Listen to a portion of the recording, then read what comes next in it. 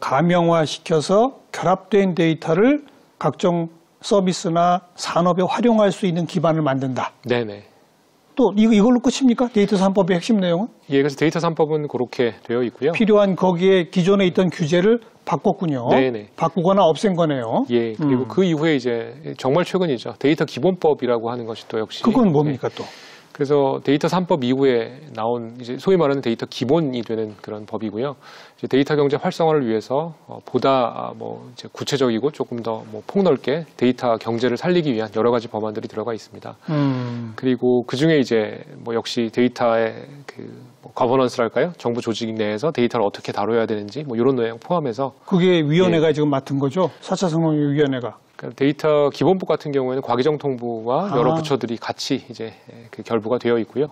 데이터 3법 같은 경우에 개정하자라고 목소리를 낸 것이 이제 저희 4차위라고 보시면 되고요. 네. 그 이후에 관련된 논의가 계속 이어져서 데이터 기본법으로까지 연결됐다 이렇게 보시면 되겠습니다. 그러니까 한마디로 데이터는 엄청나게 생산되는데 그걸 어떻게 잘 꿰서 어떻게 잘 써먹을 것이냐. 그동안 그걸 못하도록 막은 각종 규제를 이젠 좀 풀어보자. 그 일을 하셨다는 얘기네요. 네, 그렇게 보실 수 있겠습니다. 근데 네. 한마디로 이게 개인정보 보호와 데이터 활용을 균형 있게 하기 위해서 그래도 필요한 규제를 몇 개 풀었다 이 말씀을 하셨는데 최근에 제가 이렇게 신문이나 이런 걸 보다 보면 가장 많이 등장하는 거는 플랫폼 사업자들이 데이터를 가지고 거의 독점이 돼서 뭐 골목 상권 진출뿐만 아니라 각종 횡포를 부리니 이제는 이 플랫폼 사업자의 독점 규제가 새로 필요하다. 이 말들이 여기서 나오거든요. 그동안에는 규제 완화 쪽 방향이었다면 지금 새로 나오는 이건 또 어떻게 되는 겁니까? 그래서 플랫폼 이슈가 굉장히 이제 첨예한 이슈고요. 굉장히 조심스러운 이슈이기도 합니다. 그리고 말씀하신 대로 이제 플랫폼이라는 게 전방위적으로 그 영향을 미치고 있거든요. 예. 그래서 기득권, 뭐 소위 말하는 이제 전문직 포함해서 많은 그 업역에 플랫폼의 영향이 이제 가시화되고 있거든요.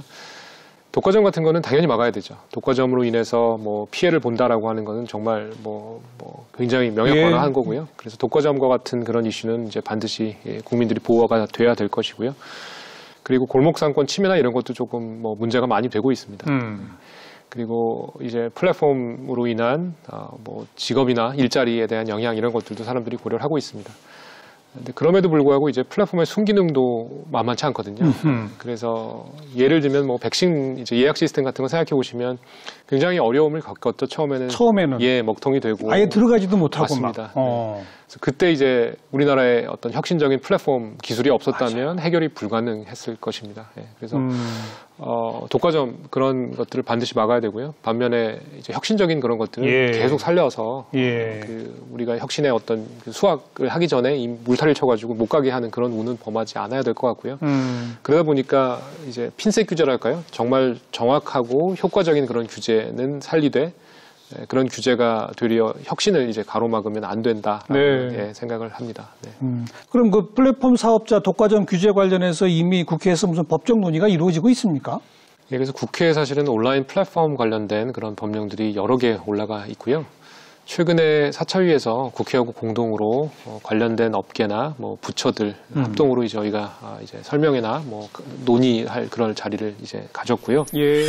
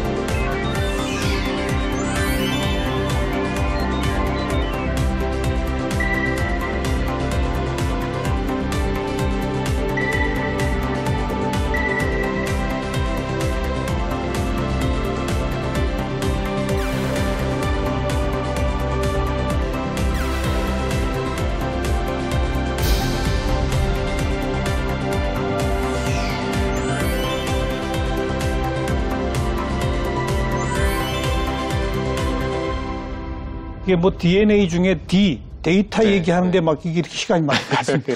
그다음 네트워크라고 하는 거는 뭡니까 한마디로?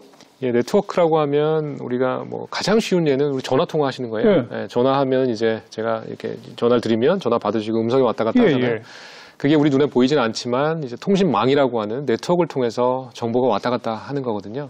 뭐 5G 뭐 그 얘기 하는 겁니까? 그렇습니다. 예, 그래서 그런 네트워크의 여러 사례가 있고 이제 유선 통신 우리가 흔히 전화선이나 뭐 랜선이라고 얘기하는 그런 유선 통신도 있고요. 그다음에 이제 휴대전화처럼 눈에 보이지 않는 거의 무선 시대죠. 뭐. 예, 근데 무선도 사실 말 따르고 하면 결국 유선이거든요. 예, 그래서 둘 다 중요합니다. 예. 그래서 무선 통신에도 세대가 있고요. 그 G라고 하는 것이 제너레이션의 약자인데 그렇죠. 이제 1G, 2G 해가지고 이제 5G까지 왔고 지금 현재 5G 시대에 우리가 살고 있습니다. 전국에 걸쳐서 그 다음 5G 망을 쭉 깔고 있는 거죠. 그렇습니다. 그러니까. 그것이 조금 그 물리적인 조금 어려운 말씀을 조금 드려보면 1G, 2G, 3G 이렇게 쭉 가면 갈수록 그 정보를 교환하는 데 사용하는 그 물리적인 그 주파수라는 게 있는데요. 그 주파수가 점점 이제 다루기 어려운 형태가 됩니다. 주파수가 점점 높아지거든요. 그래요? 그러니까 조금 더 일상에 빗대서 설명을 드리면 길에 가시다가 이런 안테나 같은 거 이제 보신 경우가 있어요. 네, 그런 게 이제 기지국이라고 하는데 그렇죠. 이 세대가 올라갈수록 기지국이 더 많이 필요합니다. 그러니까 전보다 더 촘촘해야 되는 그렇습니다. 예, 더 촘촘하게 필요하기 때문에 이제 5G 전에가 4G 즉 LTE인데요. LTE 때보다 이제 어떻게 보면 더 많은 그 안테나가 필요한 거죠. 그러니까 시간이 더 많이 필요하고 그리고 이게 물리적인 특성이 점점 안 좋아지거든요. 그러다 보니까 완전한 이제 어렵구나. 그 펼치는데 시간이 많이 필요하죠. 그래서 조금 그런 면에서 불편함을 느끼시는 국민들이 틀림없이 있으셨을 것이고요. 또 약간 마케팅이나 이런 면에서 새로운 기술이니까 조금 뭐 이용료를 비싸게 책정하거나 이런 면도 있었을 것이고요. 그래서 조금 오해도 있었고 기술적인 어려움도 있었고 이렇게 생각을 하실 수 있겠는데요. 근데 요새는 또 6G까지는 얘기하죠. 맞습니다. 예. 그것도 이제 되는 겁니까? 그쪽으로 나가고 있고요. 대략 한 10년 주기로 새로운 제너레이션이 시작된다라고 보시면 되고 6G 같은 경우에도 이제 그 연구를 이미 시작했습니다. 그게 한 단계가 높아지면은 4G 시대에 비해서 5G 시대가 되면 데이터를 주고받을 수 있는 양이 어마어마하게 늘어난다면서요? 맞습니다. 그럼 그것이 갖는 효과는 뭔 거예요? 비용이 줄어드나요? 어떻게 되나요? 이게 너무 좋은 질문이시고요. 세대가 진전함에 따라서 여러 가지 특성이 좋아집니다. 뭐 비행기를 비유하자면 우리 뭐 보잉 747 그러면 한 뭐 3,400명 태우고 이렇게 가고 뭐 우리나라가 최근에 이제 뭐 F-35 이런 전투기를 샀는데 그 전투기는 이제 2명밖에 못 태우지만 굉장히 빠르죠. 그래서 통신망에 비유하면 한꺼번에 많은 데이터를 실어 나올 수 있는 그런 특성도 있고 그걸 빨리 할 수 있는 그런 특성도 있거든요. 그런 특성이 이제 좋아진다라고 보시면 되죠. 그러다 보니까 전에는 영화 한 편 보려면 뭐 다운로드 하는데 한두 시간이 걸렸다면 영화라는 게 사람으로 비하면 많이 태워갖고 빨리 와야 되는 건데 근데 최근에는 그런 게 이제 뭐 수초 내에 될 만큼 그렇게 향상을 했고요. 그러다 보니까 새로운 응용도 많이 나타납니다. 예를 들면 자율차 같은 경우에 통신을 주고받아야 되는데 자율주행차가 진짜 그 중요하겠네요. 그렇습니다. 실시간으로 그것도. 그렇습니다. 그래서 그런 새로운 응용들이 많이 나오고 있고 뭐 스마트 팩토리라고 해서 그 제조 공장을 좀 더 스마트하게 할 때 그때도 제어 같은 것을 이제 그런 5G 통신망으로 할 수 있거든요. 작년에 누리호도 발사를 하고 여러 가지 이제 우주와 관련된 그런 새로운 산업들이 꿈틀꿈틀 되고 있는데요. 요 6G로 가게 되면 특징이 그 5G 같은 경우에는 지표면에서만 통신이 이루어졌는데 인공위성하고 6G는 인공위성까지 사용하는 그런 통신망이 됩니다. 공간을 커버하는 그런 통신망이기 때문에 이제 우주 산업이 뜬다라고 계속 얘기가 나오는 이유가 사실 다 근거가 있고요. 그런 통신만 하더라도 많은 수의 인공위성이 필요합니다. 그래서 어쨌든 그런 식으로 위성 통신망이 이제 6G 시대에는 각광을 받을 것으로 예상을 합니다. 우리나라가 5G 최초 상용화 뭐 그 말씀 잠깐 나눴습니다만 지금 6G까지를 내다 보면 우리 수준이 어떤 겁니까? 세계 탑 랭킹이에요? 어떻게 됩니까? 무선통신 분야에서는 세계 탑이라고 말씀드릴 수 있겠습니다. 물론 미국하고 중국의 경쟁이나 아니면 기술 수준이 상당합니다. 그래서 뭐 탑3라고 이야기할 수 있겠지만 일단 우리나라 무선통신 기술의 수준은 상당한 수준입니다. 자, DNA 가운데 이제 데이터, 그거는 이제 모든 그 요즘 뭐 산업의 쌀이니 뭐니 할 정도로 기반이 되는 것이고, 그 다음 네트워크, 그건 이제 얼마나 빠르게 이제 하는 효과면이냐면, 이걸 제대로 써먹도록 하는 게 마지막 인공지능인 거죠. 그렇죠. 인공지능은 이제 우리 위원장님 전공 네. 분야이기도 하고. 네, 그렇습니다. 그죠? 네. 인공지능은 이제 그래서 뭘 하는 겁니까? 그래서 일단 말을 한번 생각해 보시면 인공지능이니까 우리가 인공 피부 그러면 사람의 피부를 대체하는 거고 뭐 인공 코 그러면 이제 뭐 후각을 대체하는 이런 것을 떠올리실 수 있듯이 인공지능 그러면 사람으로서 갖고 있는 지능을 대신하는 그런 공학적인 장치를 만드는 그런 일이고요. 사실 나온 지는 좀 됐습니다. 그러니까 그렇죠. 예, 1950년대 공학적인 개념이 이제 제안이 되었고, 그런데 이게 좀 부침을 겪었습니다. 아무래도 인공지능 그러면 사람들이 딱 들으면 기대치가 높잖아요. 그래서 이거 이런 것도 되냐라고 물었을 때 안 되니까 실망을 해서 인공지능이 이제 그 AI 윈터, AI 겨울이라고 하는 그런 혹독한 시기를 겪었고요. 예. 근데 아까 우리 처음에 얘기했었던 알파고 2016년 그리고 정확히는 뭐 한 2010년대 초부터 해서 빅데이터하고 이런 인공지능 기술이 결합이 되면서 딥러닝이라고 하는 기술이 나왔는데 그거에 힘입어서 최근에 인공지능이 굉장히 각광을 받고 있죠. 네, 네. 인공지능 연구 시작하신 게 언제예요? 저는 2000년대 초니까요. 한 20년 된 것 같습니다. 20년. 네. 그때만 해도 근데 미국 유학하셨잖아요. 그렇습니다. 거기도 인공지능 연구가 그렇게 많지 않았을 때 아닌가요? 많지 않았습니다. 그죠? 그래서 아까 통신 얘기를 하셨는데 이제 제가 대학원생이었을 때만 해도 공부 제일 잘하는 친구들이 통신을 전공했고요. 그래서 우리나라 지금 5G, 6G 미래가 밝은 것이 그런 훌륭한 분들이 여전히 무선통신 분야에 각광을 이제 내고 있고요. 예. 상대적으로 이런 빅데이터나 인공지능은 상대적으로 관심을 받지 못했습니다. 특히 인공지능 같은 경우에는 조금 심하게 얘기하면 주홍글씨 같은 그런 느낌이 있어서 인공지능 연구한다 그러면 조금 색안경을 끼고 보는 그런 분들도 있었어요. 그랬어요? 네, 네. 요즘은 그런 분위기는 아니잖아요. 그래도. 요즘은 반대죠. 인공지능 안 하시죠라고 물으면 섭섭해하실 만큼 이제 요새는 조금 분위기는 바뀌었고요. 그래서 이제 저 같은 경우는 컴퓨터를 좀 좋아했고 뭐 상대적으로 다른 분야에 비해서는 인공지능이나 빅데이터 쪽이 조금 더 친숙하지 않았나 싶고요. 자연스럽게 전공하게 됐습니다. 이 인공지능과 로봇 기술이 결합되면 우리가 스마트폰 손에 있는 컴퓨터 하나씩 들고 다니듯이 이제 머지않아 로봇 비서 한 명씩 두게 될 거다. 뭐 우리 이런 거 생각하잖아요. 그렇습니다. 네. 정말 되는 겁니까? 그래서 인공지능이라고 하면 이제 하드웨어적인 거, 우리 눈에 보이고 만질 수 있는 이런 요소, 로봇이죠 대표적인 게. 그리고 소프트웨어적인 거, 우리 눈에 보이지 않는 그 두 가지를 다 아우르는 말이고요. 알파고 대국을 생각해 보시면 그때 아자황이라고 하는 구글의 엔지니어가 알파고 대신에 바둑돌을 놔줬거든요.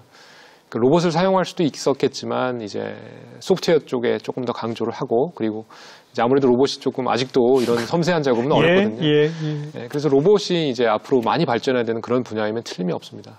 그리고 말씀하신 대로 많은 사람들이 꿈꾸는 소위 말하는 이제 휴머노이드죠. 사람처럼 생긴 그런 비서를 데리고 다니면서 어려운 일을 시키는 그런 것들을 꿈꾸고 있죠. 또 인공지능 하면 떠오르는 게 직장을 잃을 위험 이런 거 아닙니까? 일자리에 대한 우려도 많이 말씀하시고요. 저희 4차 산업혁명위원회에도 노동 전문가도 참여하고 계세요. 그리고 일자리에 대한 이런 신기술의 위협이나 이런 것들은 상존했던 문제 같습니다. 아주 옛날 한번 상상의 나를 펼쳐보면 석기 시대에서 철기 시대로 바뀔 때 아마도 뭐 아주 많은 변화가 있었을 것이고 석기를 만들던 분은 이제 아무래도 일자리를 잃고 철기 시대가 왔을 것이고 뭐 산업혁명이라고 이름이 붙진 않았습니다만 역시 역사 속에 보면 새로운 기술이 나와서 기존에 하던 일에 영향을 주는 일은 많았을 것으로 보이고요. 반면에 또 긍정적인 면을 보면 그런 신기술의 도입에 따라서 새로운 일자리들이 많이 생겨나는 그런 경험을 이제 인류가 해왔고요. 최근에 OECD에서 이런 4차 산업혁명이나 인공지능 기술의 일자리에 대한 영향 이런 것들을 조금 조사한 그런 보고서가 있는데 의외로 이런 인공지능 때문에 영향을 받은 일자리의 수나 아니면 뭐 급여의 수준이나 이런 것들은 생각보다는 미미하고 그래요? 네네 오히려 어떻게 일을 하느냐에 대한 것에 대한 변화가 있었다 이렇게 보고서를 내놓은 것이 있습니다. 아직까지는 이기 때문 아닐까요? 앞으로 한 10년, 20년 사이에는 급격하게 가지 않을까요? 일부 이제 일자리 같은 경우에는 뭐 이미 영향을 많이 받고 있는 그런 사례도 있습니다. 네. 그런데 그런 것들을 조금 보면 사람이 하기에 조금 위험하거나 굉장히 피곤하고 이렇게 적절하지 않은 그런 경우들도 있거든요. 단순 반복 노동 뭐 이런 거. 그렇죠. 하지만 꼭 사람이 해야 되는 그런 일들이 있습니다. 그런데 이제 그런 것들에 대해서 인공지능이 이제 도움을 줄 수 있다라고 볼 수 있고요. 그래서 조금 더 이제 인간이 해야 되는 그럼 좀 더 그 인간에 적합한 그런 일자리들이 어떻게 보면 더 많아지고 이런 계기가 되지 않을까 이렇게 생각을 합니다. 그래요. 신기술이 나오면 사라지는 일자리보다 새로 창출되는 일자리가 더 많다? 그렇게 판단합니다. 아, 그래요? 네. 이게 뭐 굉장히 쉽지 않은 이슈고요. 정확히 없어지는 직업이 많으냐, 새로 생기는 직업이 많으냐, 이거는 이제 뭐 분석이 이제 요구되는 그런 사안 같고요. 하지만 주변에 보면 분명히 이제 전에 없었던 직업들은 계속 생겨나고 있습니다. 그리고 정말 사람한테 맡기기 좀 위험하거나 이런 것들은 이제 없어져야 되는 그런 직업들이 이제 없어지고 있다라고 볼 수도 있고요. 그래서 일자리에 대한 영향은 쉽지 않은 이슈이고 정말 세심한 그런 배려가 필요한 일임에는 틀림이 없고요. 그래서 노동 전문가까지 위원회에 있는 거다. 네, 그렇습니다. 아유, 정말 복잡한 과제가 많네요. 네. 제가 오늘 프로그램 시작하면서 이게 새로운 경제라고 표현만 한 게 아니라 새로운 경제, 사회생활 이렇게까지 말한 게 삶을 바꿔놓으니까요. 지금 우리가 다루는 이런 주제들은 그런 문제들이 참 많군요. 그렇습니다. 법률적 이슈, 노동관계 이슈 이런 것들이 다 연결되는 것 같아요. 네. 그런데 그 인공지능을 활용해서 사람들이 그 생활이 더 편리해지는 대표적 사례는 이미 우리 앞에 다 와 있지 않습니까? 뭐 많은 새로운 서비스들 그러니까요. 나왔고요. 앞으로도 뭐 다양하게 나올 것으로 생각을 합니다. 예를 들면 내비게이션 뭐 이런 것 순식간에 제일 빠른 길 계산해 주는 게 그게 옛날에 가능했겠습니까? 예, 그래서 인공지능이라고 하면 사람의 지능을 대체하는 그런 기술이고 아직 저는 본격화되지 않았다라고 생각을 하고요. 일부 혁신들이 지금 리포트가 보고가 되면서 사람들이 열광하고 있지만 아직도 제대로 시작하지 않았다라고 생각을 합니다. 그래서 인공지능을 바탕으로 해서 우리가 할 수 있는 일들을 아직 많이 남아 있고 기다리고 있습니다. 요 AI 인공지능 분야의 뭐 전문 연구 역량은 지금 우리가 세계 어느 정도 수준인지, 그다음 또 왜 요즘 그런 얘기 많이 하잖아요. 뭐 소프트웨어 프로그램 짜는 거, 뭐 코딩을 배워가지고 그 실력을 가지면 요즘 뭐 엄청나게 잘 팔린다 그러지 않습니까? 사실은 그게 다 인공지능 작동 시스템을 설계해서 만드는 거 아닙니까? 그렇죠. 네. 그런 그 인력 수준 이런 걸로 봐서 우리나라의 수준은 어떤 겁니까? 전 세계적으로 보면 이제 탑2가 미국하고 중국이고요. 각각 보면 미국은 이제 혁신을 주도하고 있습니다. 새로운 판을 짜고 정말 놀라운 신기술을 만드는데 이제 게을리하지 않고 있고요. 그래서 많은 혁신적인 기술들이 여전히 미국에서 나오고 있습니다. 그리고 중국 같은 경우에는 이제 인구가 많고 시장이 크고 여러 가지 이제 기술 친화적인 분위기가 있어서 뭐 데이터 모으기도 쉽고 이것을 상용화하는 데서는 또 이제 타의 추종을 불허하는 그런 상용화는 중국 1등. 그렇습니다. 네. 그리고 나면 영국과 캐나다가 아주 또 두각을 보이고 있고요. 미국하고 같이 묶어서 뭐 영미권이라고 표현할 수도 있는데 네, 굉장히 잘 하고 있습니다. 특히 영국 같은 경우에는 여러 가지 시스템을 만드는 데 능해서 그러니까 사회적인 뭐 이런 법제적인 시스템을 만드는 데 능해서 인공지능도 아주 잘 이제 펼쳐나가고 있고요. 그리고 나면 이제 한국하고 이스라엘 정도, 뭐 독일 이런 유럽 주요 국가들 꼽을 수 있겠고요. 우리가 한 6, 7위권 이 정도. 저는 그렇게 평가합니다. 실제로 국제 인공지능 학회 같은 데 가보면 이제 미국, 중국 이제 이렇게 워낙 잘하고 있고 그 두 나라를 제외하고 뭐 영국, 캐나다, 한국, 이스라엘 이렇게 잘하고 있습니다. 그래서 아시아에서는 중국을 제외하고는 한국이 정상권이라고 보고요. 근데 왜 요즘 업계에서 이렇게 인력 부족을 하소연하는 겁니까? 이건 교육 시스템하고 연결이 안 돼서 그런 거죠? 그러니까 아무래도 새로운 기술이다 보니까 기존에 그 기술을 전공하신 분의 숫자가 상대적으로 적을 수밖에 없고요. 그리고 아까 이제 코딩이나 이런 것도 말씀을 하셨는데 어떤 숙련도나 이런 입장에서 보면 제가 즐겨 드는 비유가 피아노를 칠 줄 아는 사람하고 피아니스트는 다르죠. 예, 그래서 피아니스트는 정말 귀하고요. 여전히 중요하고 필요하고 정말 우리가 어떤 노력을 해서라도 길러야 되는 것이 이제 그런 피아니스트에 해당하는 인공지능이나 빅데이터 전문가이고요. 반면에 주변에 피아노 칠 줄 아는 사람은 많죠. 그래서 코딩하는 사람들도 많이 있습니다. 예, 그래서 코딩하는 분들 여전히 부족하긴 한데 정말 우리가 길러야 될 것은 이제 피아니스트에 해당하는 고급 엔지니어가 필요한 거고요. 네. 아유, 할 일이 어마어마하네요, 보니까. DNA, 데이터 네트워크, 인공지능, 또 이걸 다 결합시켜서 뭘 어떻게 할 것이냐. 또 이 각종 뭐 법이나 제도는 또 어떻게 바꿀 것이냐. 아이고. 근데 이 4차 산업혁명위원회가 지금 뭐 법령상 뭐 활동 시한이 있습니까? 네, 올해, 그러니까 2022년 8월 말로 되어 있고요. 그래요? 네네. 한 영속적인 기후가 아니에요? 대통령령으로 이제 설치되어 있는 한시적인 기구이고요. 뭐 다른 정부에서도 비슷한 역할을 하는 위원회가 있었습니다만 4차 산업혁명위원회 같은 경우에는 한시적인 조직이 맞습니다. 앞으로 그 남은 임기 동안 네. 꼭 해내고자 하는 어떤 그 네. 과제 뭐 그런 게 포부가 있으시다면.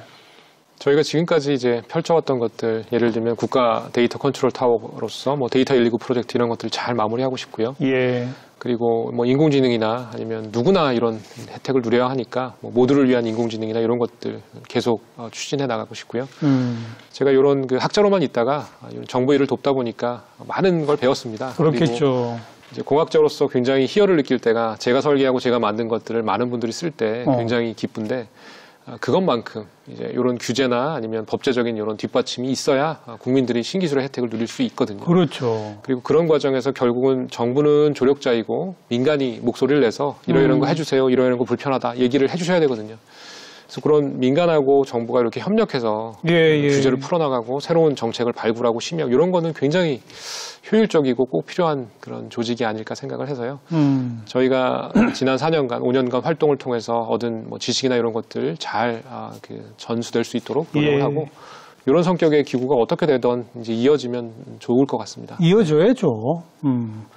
또 한 가지는 제가 거듭 이런 주제를 다룰 때마다 얘기하는데 특히 좀 연로하신 세대 네. 이쪽 잘 모르시고 네. 두려워하시고 이러거든요. 네. 그분들을 어떻게든 좀 이렇게 함께 갈 수 있도록 그 일도 하셔야 되는 거 아닙니까? 그래서 이제 국민들의 어떤 이런 포용이나 뭐 리터러시라고 표현을 하는데요. 그런 것들도 이제 저희가 중요 추진 그 사업 중에 하나로 생각을 하고 있습니다. 네. 그래서 말씀하신 대로 이런 새로운 기술에 대해서 어려워하시고 또 두려워하시는 면이 있어서 그런 것들은 이제 최대한 많은 분들이 연령에 상관없이 최대한 많은 국민들이 혜택을 보실 수 있도록 하는 것도 중요한 일인 것 같습니다. 공짜로 교육받을 수 있는 이런 거. 그렇죠. 그리고 더 쉽게 만들고 더 쉽게 이해하실 수 있도록 도와드리고 이런 일이 아주 중요하다고 생각을 합니다. 그것까지 좀 부탁을 드리겠습니다. 네. 네, 오늘 귀한 시간 좋은 말씀 잘 들었고요. 쭉 이야기해 주신 앞으로 하겠다고 한 거 꼭 다 완수하셔야 됩니다. 최선을 다하겠습니다. 위원장님 고맙습니다. 감사합니다.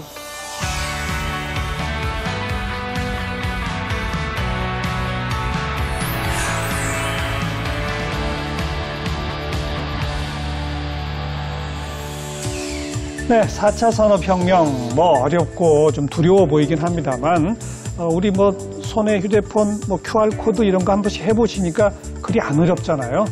좀 친숙하게 느껴지는 그런 분위기가 되기를 좀 바라보겠습니다. 다음 시간 또 뵙죠. 안녕히 계십시오.